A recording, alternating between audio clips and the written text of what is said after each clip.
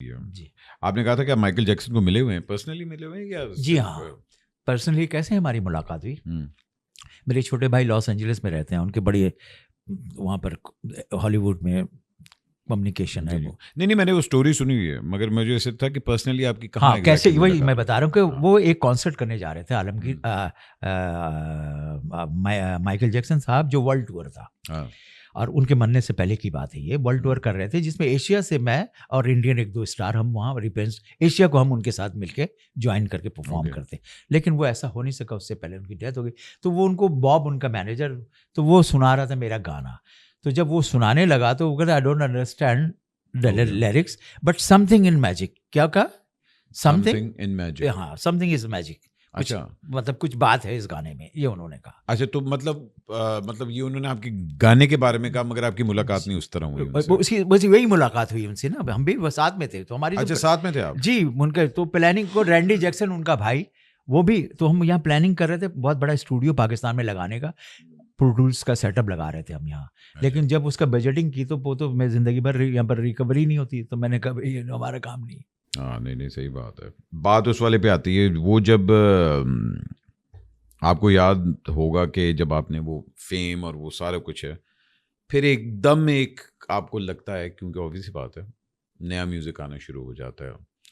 वो दौर आया कि जब आपकी साउंड जो थी वो पुरानी हो गई, फिर नए लोगों ने आके उस चीज़ को कवर करना शुरू कर दिया।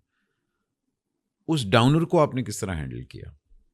हाँ, उसमें दो साइड मेरे सेटबैक था। एक तो मेरी वाइफ चली गई थी तो मैं मेंटली बहुत डिस्टर्ब हो गया था। हुँ। और दूसरा मेरे साथ मसला ये था अगर कि आप माइंड ना करें तो मैं पूछूं कि कैसे, मतलब क्या हुआ था? हाँ, वो मतलब मेडिकल मसला था, अच्छा, प्रॉब्लम था। ठीक है। लेकिन मेरे साथ क्या हुआ कि जब हर आदमी ने कहना शुरू कर दिया, कि मैंने बताया कोई मुझे रिकग्नाइज नहीं करता था एज ए सिंगर। हाँ, हर आदमी ये कहता था अरे यार क्या एक गाना कब तक गाएगा, हवा हवा। तो मैं गया अमेरिका कॉन्सर्ट करने के लिए।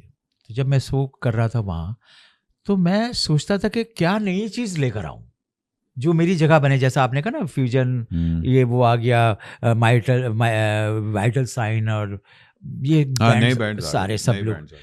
तो मुझे कहा गया कि यार, तो मैंने सोचना शुरू किया। तो मैंने होटल के रिसेप्शन पे एक लड़के को देखा, क्योंकि मेरे बाल तो बड़े बड़े थे। एकदम से वो लड़का आया, उसके बाल यहाँ से स्पाइसी कट के ऐसे ताज टाइप का यहाँ बना हुआ छोटे छोटे।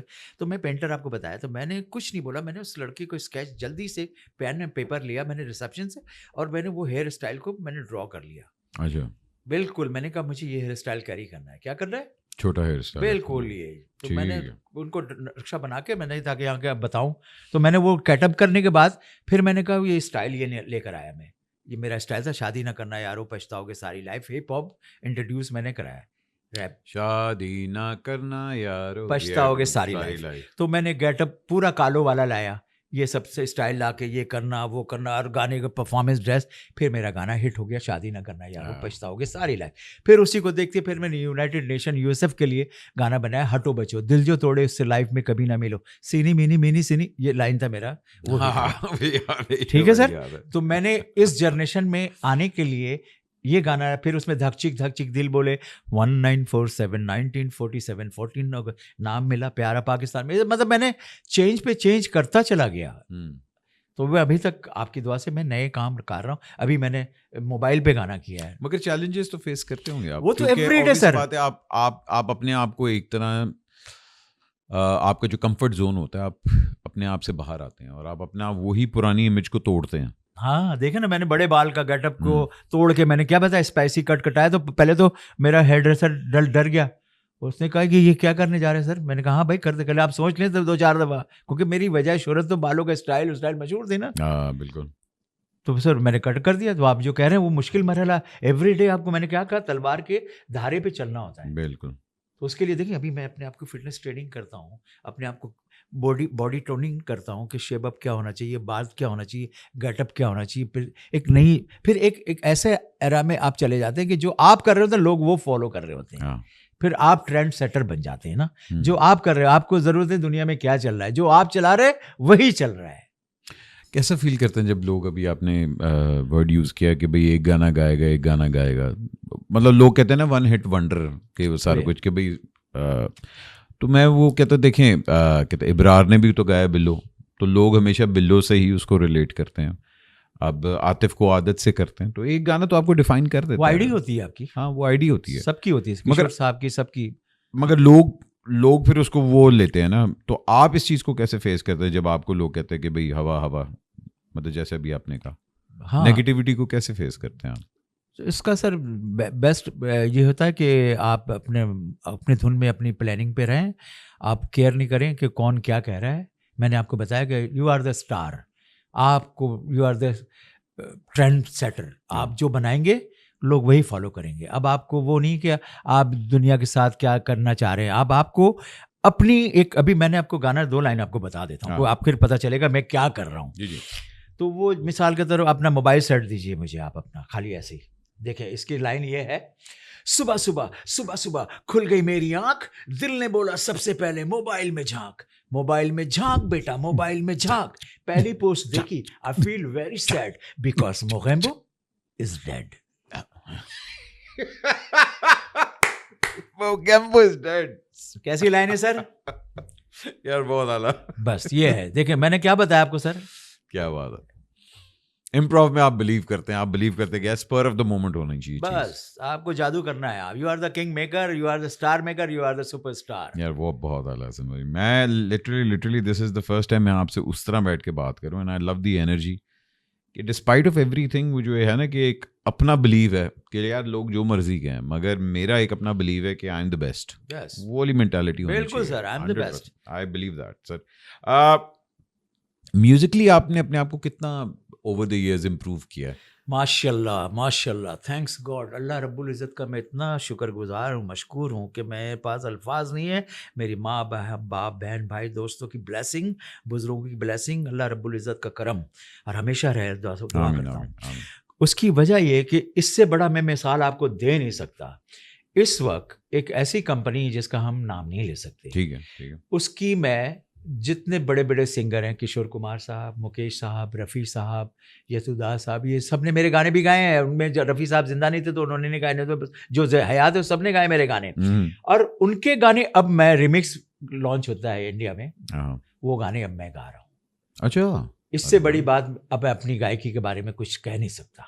वाह वाह। आप समझ सकते हैं, क्योंकि वो फील्ड है, मतलब एक तो आप होता है कि जो आप बना रहे हैं वही गा रहे हैं ना। अब एक तो गाने बने हुए हिट गाने हैं, मिसाल को दे आपको कोई भी गाना, अब आप उनके गाने गाएंगे? उनके गाने में से वो बड़ी ब्रांड कंपनी चाहती, जब आप बड़े स्टार हाँ, होते कि आप हैं, रीमिक्स करें, आप रीमिक्स गाएं, तो वहाँ के भी सुपरस्टार जितने हैं वो सब गाते हैं, उनके रीमिक्स करते हैं गाने, मैं भी कर रहा हूँ। अच्छा, ये वैसे देखा जाए धुरंधर के अंदर आपका गाना जब यूज हुआ था तो ऑब्वियस धुरंधर बनने में भी 2-3 साल लगे, तो वो फ़ोन कॉल आपको आई कि जी हम आपका गाना इस तरह यूज़ करने लगे हैं। फिर हमने ये भी देखा कि जी उन्होंने आपको $50,000 दिए, कोई कह रहा है $80,000 दिए, ये सारे। वो कहानी कैसे हुई अगर आपकी ज़बानी कि भाई आपको फ़ोन आया तो क्या उन्होंने कहा? क्योंकि आपको तो नहीं पता था कि भाई क्या फिल्म बन रही है। और ये असल तो पहले टी सीरीज़ बनी, हाँ। तो गुलशन कुमार साहब मेरे पास आए, उन्होंने 20-25 लाख रुपए रख दिया कि भाई फलां अनुराधा जी के साथ आप मेरा एल्बम के जो आशिकी के जितने गाने हैं, हाँ। वो गाने नदीम शरवन ने मुझे गवाना था। और नदीम शरवन, मेरी फिल्म आई थी 16-17, उसके कंपोज़र वो ही थे। हाँ। और पहला गाना उनका हमारी एल्बम में लॉन्च हुआ था, इसमें गाना मैंने गाया था, अपन का तो दिल है आवारा, उससे प्यार करे जो लगे प्यारा। तो वो नदीम शरवन साहब के, तो वहाँ वो इंट्रोड्यूस हुए थे। और आशिकी के सारे गाने मुझे गाने थे, तो मैंने कहा, क्योंकि मैं कॉम्प्रोमाइज़ नहीं करता हूँ, क्योंकि अनुराधा जी बहुत बड़ी सिंगर है, बहुत बड़े गुलकार हैं, अब मैं तो एकदम उनके आगे कुछ भी नहीं हूँ। लेकिन मैंने कहा भाई मेरा, अगर आप मुझे कहेंगे नाज़िया ज़ुहैब से, मैं गा दूंगा, अलीशा चौनाई के साथ बोलेंगे मैं गा दूंगा। मुझे नहीं पता उनकी अंडरस्टैंडिंग क्या थी नहीं थी, तो मैंने नदीम शरवन मेरे पैरों पर गिर गए, हसन जी मेरा कर दे ये काम। अरे वाह। मैंने कहा मैं नहीं कर सकता, मैं अपने काम के साथ कॉम्प्रोमाइज़ नहीं करूँगा, मेरा स्टाइल है, जो मैं उस तरह के कोई भी सिंगर दे मैं गा दूंगा। हाँ, सही बात। तो मैंने नहीं कहा, लेकिन वो सारे कंपनी वाले मुझे बताया कि ये स्टूडियो जो बॉम्बे में उसके लिए ओपनिंग के लिए मुझे लेकर गए, गुलशन कुमार जी के, हसन जी आपका एल्बम बेच के गाना, कैसेट बेच के ये बनाया मैंने। वाह। तो हर कंपनी ने मेरे गाने पे करोड़ों रुपए बनाए। ठीक है, तो धुरंधर कहाँ से आई? धुरंधर इसलिए आई कि मेरे पास इस वक्त जो हर कंपनी ब्लेम करती थी कि ये उनका गाना है।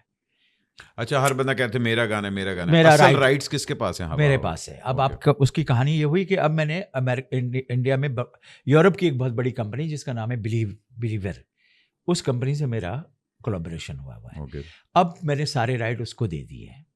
अच्छा, ठीक है। सारे गानों के? सारे गानों के। अब वो ब्लेम क्लेम कर रहा है मेरा इंडिया में। अब वही अच्छा, वो मैनेजिंग है, वो बेसिकली अब सारा बिल्कुल आपके बिहाफ पे वो वो हर कंपनी से अब लड़के पैसे लेता है ओके कि ये राइट जिसका है उसको पैसे दो उसके गाने के।